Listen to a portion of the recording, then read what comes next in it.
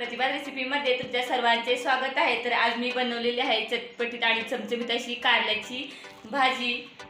आणि कारल्याची भाजी बनवण्यासाठी हे जे आपण वाटण बनवलेलं आहे ते तुम्ही एकदा बनवून 10 ते 15 दिवस विदाउट फ्रीज सुद्धा ठेवू शकता आणि अगदी लहान मुले सुद्धा आवडीने खातील। इतकी छान ही कारल्याची भाजी होते आणि कडू सुद्धा अजिबात लागत नाही। तर पाहू शकता ते हे मी पाव किलो कारले घेतलेले आहे।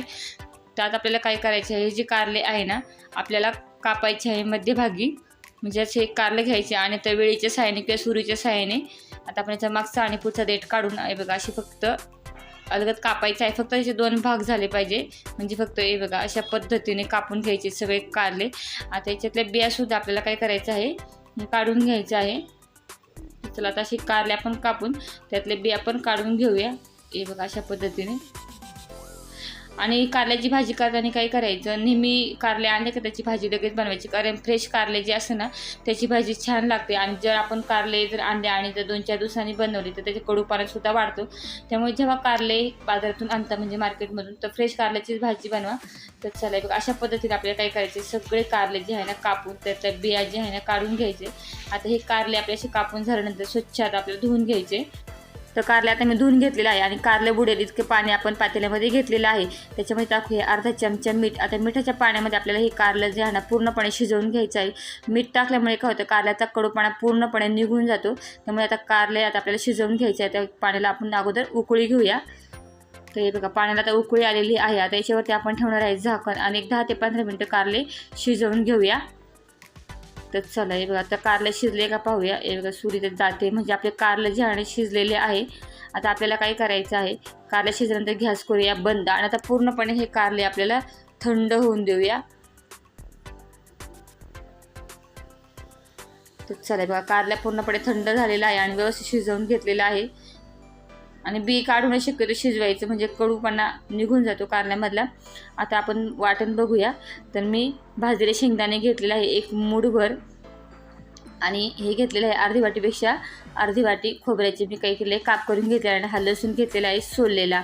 आता हे शेंगदाण्याचं आपल्याला काय करायचं आहे, सगळ्यात अगोदर कूट करून घ्यायचं आहे। ते शेंगदाणे छान भाजून घ्यायचे आणि मग कूट करून घ्यायचा। आणि शेंगदाण्याचं कूट करताना पण एकदम बारीक नाही करायचं, थोडासा असा भसरट आपण ज्याला म्हणतो जाडसर असा करून घ्यायचा। तर चला आता शेंगदाण्याचा कूट जो आहे ना करून झालेला आहे। आता हे खोबरं सुद्धा आपल्याला मिक्सरमध्ये बारीक करायचं आहे। आता सुक्कच करायचं आहे, पाण्याचा अजिबात वापर नाही करायचा आहे। तर चला आता अगोदर आपण सुकं खोबरं बारीक करून घेऊया आणि नंतर आपण लसूण टाकूया। तर चला हे अगोदर सुकं खोबरं आपण बारीक करून घेतलेलं आहे, कारण लसूण जर टाकला ना एकदम तर मग खोबरं बारीक होत नाही। त्यामुळे अगोदर खोबरं बारीक करून घ्यायचं आणि मग आता आपण लसणाचे काप करून टाकूया। आता आपण हे लसूण खोबरं आता पूर्ण एकत्र करून घेऊया। तरी बघा आता लसूण खोबरं आपण एकत्र बारीक करून घेतलेलं आहे। आणि हे लसूण खोबरं अशा पद्धतीने जर तुम्ही केलं 1 वाटीचं जर बनवून ठेवलं तर 10 ते 15 दिवस जातं आणि सुक्कच ठेवतो। त्यामुळे तुम्ही विदाऊट फ्रीजसुद्धा असं ठेवू शकता लसूण खोबरं करून, म्हणजे इन्स्टंट तुम्ही वांग्याची भाजी असेल किंवा शिमला मिरची भेंडीची भाजी करू शकता। तर चला आता हे कारले आपल्याला स्वच्छ अजून 1-2 पाण्याने धुवून घ्यायचं आहे। जेवढं तुम्ही धुवून घेशाल तेवढं अजिबात कारलं कडू लागत नाही। तरी बघा कारला आता मी धुवून घेतलेलं आहे। आता शेंगण्याचं कूट करून झालेलं आहे आणि लसूण खोबरं सुद्धा आपलं तयार आहे। तर चला आता याच्यामध्ये आपण टाकूया मसाले। 1 चमचा जिरे घेतलेला आहे आणि ही आहे मिरची पावडर। तर 1.5 चमचा मी मिरची पावडर घेतलेली आहे आणि अर्धा चमचा आपण टाकूया हळद पावडर आणि चवीनुसार मीठ, म्हणजे मसालेसुद्धा जास्त लागत नाही काय नाही, फक्त मिरची पावडर टाकून हे कारलं आपल्याला करायचं आहे। आणि चवीला इतकं जबरदस्त लागतं की अगदी लहान मुलेसुद्धा खातील आणि कडूसुद्धा अजिबात होत नाही। आता हे सगळं आपण मिक्स करून घेऊया। हे बघा आता हे पाहू शकता, हे जे मसाला आहे तो सुक्काचा आहे, त्यामुळे असं जरी तुम्ही करून ठेवला तरी पाहिजे तेव्हा तुम्ही वापरू शकता। थोडीशी बारीक चिरलेली कोथिंबीर। आता हा मसाला आपला तयार आहे, कारण सकाळची सुद्धा टिफिनची गडबड असते, त्यामुळे भेंडीची भाजी असेल, शिमला मिरची असेल, वांग्याची भरलेली भाजी किंवा आता दोडका येतो, म्हणजे अशा खूप साऱ्या भरलेल्या भाजी आपण बनवतो। त्यासाठी तुम्ही असा मसाला एकदाच बनवून स्टोअर करू शकता, खराबसुद्धा होत नाही। आता हे मसाला तयार आहे। आता कारल्यामध्ये आपल्याला बघा अशा पद्धतीने भरवून घ्यायचा आहे।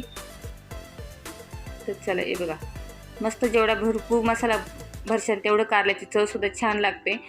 तर चला, आणि याआधीसुद्धा आपण खूप साऱ्या वेगवेगळ्या रेसिपी आहे कारल्याच्या, कारल्याची भजी असेल, हिरव्या वाटणातील कारल्याची भाजी असेल किंवा खूप वेगवेगळ्या पद्धतीने कारल्याची भाजी अशी सुक्की आपण बनवतो। त्याची लिंक मी डिस्क्रिप्शन बॉक्समध्ये देईल, तुम्ही नक्की पाहते। बघा आता मसाला मस्त आपला भरून झालेला आहे कारल्यामध्ये। तर चला आता भाजी करून घेऊया। कढईमध्ये आपण टाकूया 3 चमचे तेल। तेल गरम झालं की आपल्याला हे कारलं आपण एक एक करून कढईमध्ये ठेवूया, कारण अगोदर आपण सगळे मसाले टाकलेले आहे, त्यामुळे फोडणीमध्ये वेगळे मसाले टाकायची गरज नाही. तर चला ते मस्त असं मिक्स करून घेऊया कारलं. आता हा मसाला जो आहे तो थोडासा सुक्काच आहे. आता याच्यामध्ये आपण थोडंसं काय करूया, किंचित पाणी टाकायचं आपल्याला. आणि आता याच्यामध्ये टाकूया आपण गूळ. आता ह्या गूळ टाकल्यामुळे काय होतं, कारल्याची चव इतकी छान लागते. आणि गूळ टाकल्यामुळे कारल्याची जी चव आहे ना भाजी ती इतकी छान होती की अगदी लहान मुलेसुद्धा आवडीने खातील आणि कडूसुद्धा लागत नाही. आता बऱ्याच जणांना कारल्याची भाजी म्हटलं की जेवायचंच नाही असंच मनाशी ठरवून टाकतात, पण अशा पद्धतीने एकदा बनवून पहा, सगळ्यांनाच आवडेल. ते बघा आता एक उकळी आलेली आहे. तर उकळी आली की आता अशी आलटी पलटी करूया. आणि हे पाणी पूर्णपणे त्याच्यामध्ये कारल्यामध्ये मुरलं पाहिजे, कारण मसाला जो आहे आपण सुक्का भरलेला आहे, त्यामुळे थोडंसं पाणी टाकल्यामुळे काय होतं, मसाला पण व्यवस्थित त्यात मुरतो आणि मग कारल्याची भाजी चवसुद्धा अजून छान होते. तर चला आता हे आपण कारल्याची भाजी बनवून घेऊया. तर पाहू शकता, तर जे आपण पाणी टाकलं होतं ते पूर्णपणे त्या कारल्यामध्ये बसलेलं आहे आणि मसालासुद्धा व्यवस्थित कारल्यामध्ये बसलेला आहे. आणि बघा मस्त आपली कारल्याची भाजी जी आहे ना तयार झालेली आहे. अगदी न आवडणारेसुद्धा आवडीने खातील. अगदी इतकी छान ही कारल्याची भाजी लागते, कडू तर अजिबात लागत नाही आणि चवीला पण जबरदस्त लागते. अशाच याआधीसुद्धा आपण खूप सारे कारल्याची रेसिपी अपलोड केलेल्या आहे. हिरव्या वाटणातील कारल्याची भाजी असेल, कारल्याची भजी असेल किंवा सुक्कं कारला असेल, कुरकुरीत कारला असेल, याची लिंक मी डिस्क्रिप्शन बॉक्समध्ये देईल, तुम्ही नक्की पहा. भाजी झालेली आहे, आपण गॅससुद्धा बंद केलेला आहे. तर पाहू शकता मस्त आपली कारल्याची भाजी तयार झालेली आहे. तुम्ही सुद्धा नक्की अशा पद्धतीने बनवून पहा.